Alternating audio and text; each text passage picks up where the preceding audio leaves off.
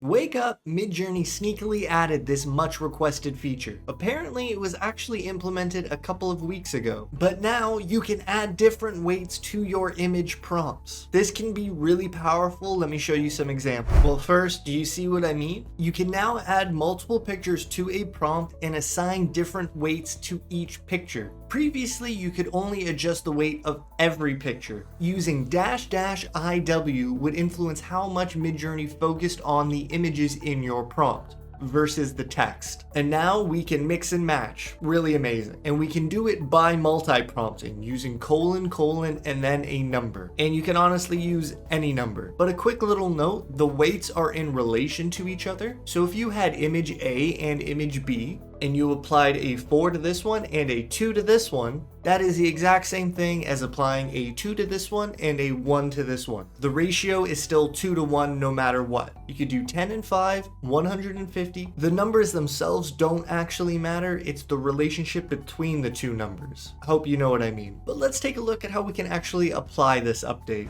I think the first case you might want to try has to do with accessories, and for that I recommend generating your accessories separate from your character. Like here, we have a cool pair of sunglasses, a turquoise necklace, and then for the character, I was looking for a picture where you could envision her wearing those accessories. In this case, I thought number 4 worked really well, but I want to show you something funny first. The prompt for this was a beautiful queen at the beach, but I tried to get a man first, so I went with beautiful prince at the beach, and it just gave me pictures of Prince.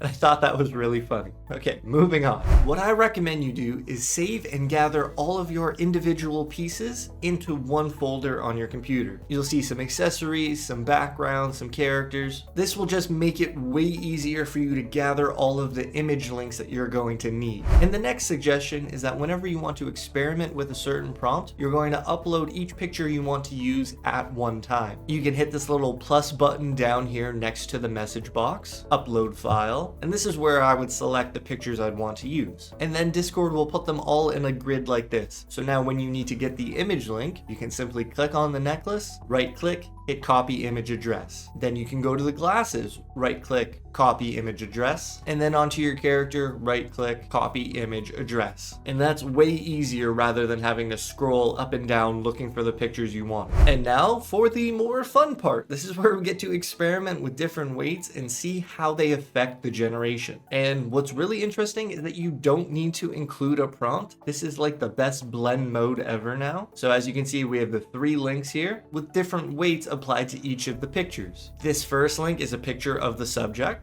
The second link is the necklace, and the third link are the sunglasses. Now, I'd say what's really interesting is that at these weights, 1.5, 0.5, and 0.5, the only thing that really came in clear was the subject, was the woman. I mean, maybe you can kind of see the necklace invading her crown here, but the reason why the accessories didn't show up has to do with the relationship between the weights. So 1.5 is 3 times as large as 0.5. That means the character was 3 times as important to the generation than anything else in the prompt, being the accessories. So knowing that, we can now adjust the weights and kind of find the sweet spot. For the record, on the complete opposite end of things, if you include the subject at 0.5, they're not going to show up at all. And because we gave both accessories the same weight at 1.5, now both of those are going to blend together and be 3 times as important as the subject. That's why we don't have the queen here. And while I'm here, there's a quick note I can make about how to actually write these weights. You can notice that there is a space between the link and the 2 colons. And that's important because if you didn't leave that space, the 2 colons would be attached to the link and the link wouldn't work. So you need to leave a space. But the other thing that's really important is that there cannot be a space between the 2 colons and the number. Those need to be right beside each other. What you might find is that using more than one accessory is kind of difficult. So this is just the queen and the necklace. And as you can see, it comes through a lot cleaner,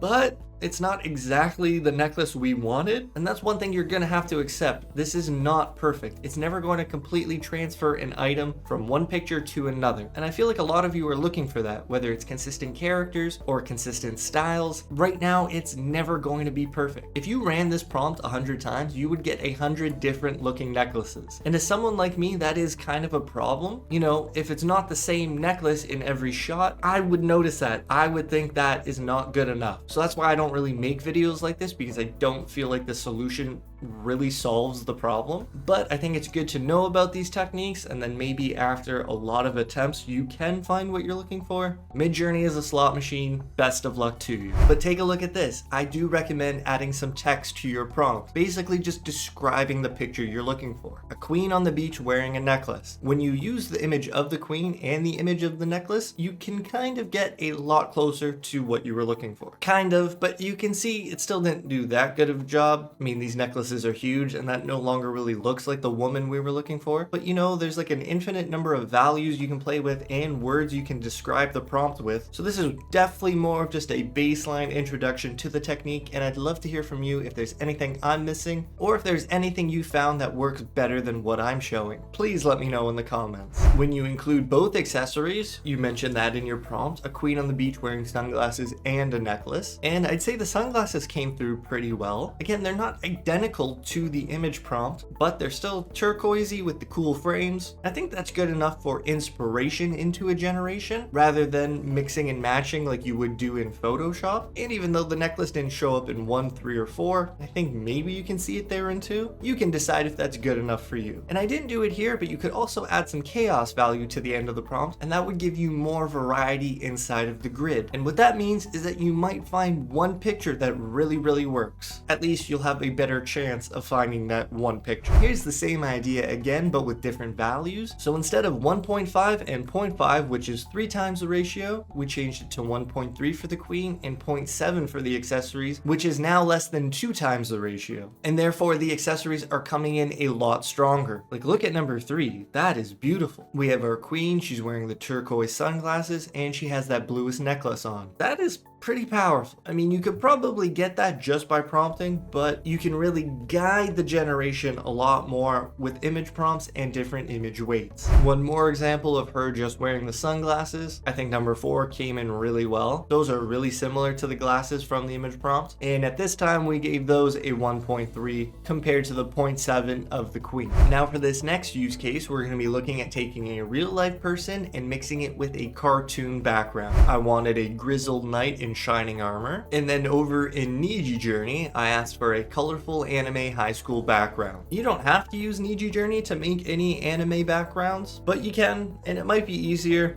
Up to you. Once I generated the backgrounds in Niji, I brought them into Midjourney using that plus button so that they're right here, easy to get the link from. And now we're just going to combine them together. I do suggest writing some text. You could get a little more fancy with it. I went with exactly what I wanted first, which was a grizzled knight in shining armor. But when you combine it with the cartoon background, you get a beautiful blend of reality. In this case, I gave the background a 1.4 and the knight was given a 0.7. Now 1.4 to 0.7 is 2 times the strength. Now again, that is the exact same as using 2 to 1 or 3 to 1.5 or 10 to 5. The numbers don't actually matter. It's the relationship between the two numbers. I have to stress that. And when you inverse the weight so that the knight is twice as important, look what it does. I don't know how you would describe these kind of images, but that blurring of cartoon and realism is a lot of fun to work with, and I think you could have a good time with this. Okay, quickly I'll show you taking a cartoon character and bringing them into a realistic background. Then I have probably the best use case of this technique. It is super interesting and super unique, but we'll get to that after. So here I worked on some realistic backgrounds. We have the royal garden and also the subtle royal garden. I think I like number 2 a lot. Oh, they're all beautiful. Who are we kidding? I also made some characters over in Midjourney and then I grouped them together like this so it's easy to access. Now look at the difference between when the background is more important. I don't know what you see here, but I like these pictures a lot. And when the character is more important. I would say when you value the character, the background is kind of going to disappear. You're going to keep the same colors, but the structure of the background kind of goes up in the air. And over to when the background is more important, you kind of get that same structure throughout. You know, this little building in the distance in every picture, and then the green shrubs on each side, that stays pretty consistent. And I think that's really noticeable here. The background is more important so that the character kind of shows up in the same place every time, and it's in that same zoomed garden.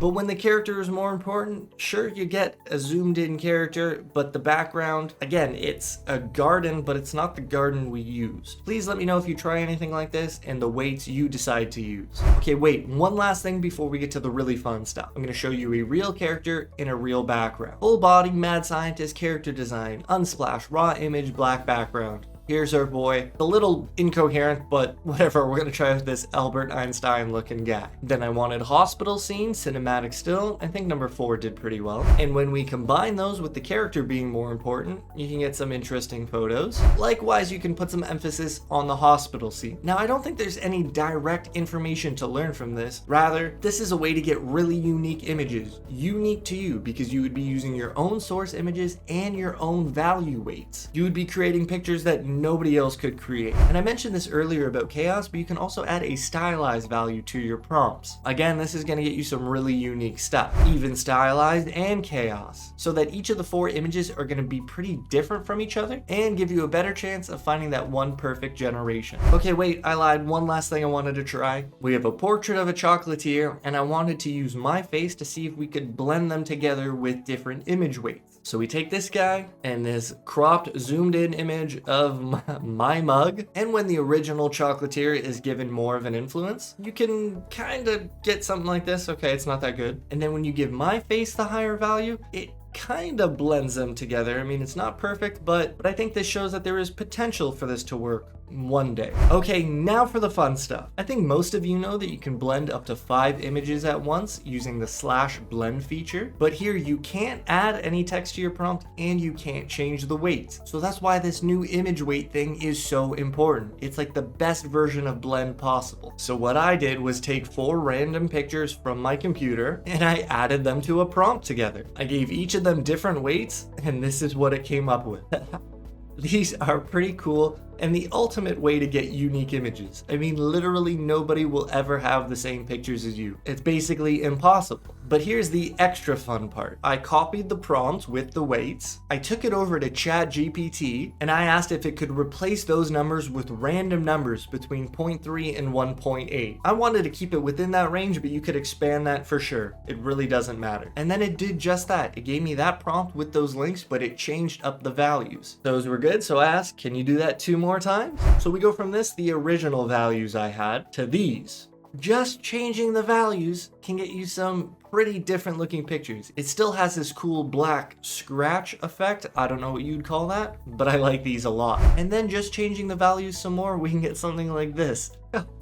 Oh my god, more goosebumps. These are so cool. I really don't think you could get this from regular prompting. Super unique to you. Again, changing them a little more and we get these. This is by far, I think, the best application of this new feature. And isn't it interesting that Midjourney kind of just snuck this in? Perhaps it was always supposed to work like this, but either way, now you can change the individual weight of any picture in your image prompt. And I think there's a lot of room for exciting exploration, and I can't wait to see what you come up with. Don't forget to check out the free PDFs in the description. If you want to know more about chain prompting your images, you can check out this video here. I hope you're doing well, take care, and I'll see you next time. Peace.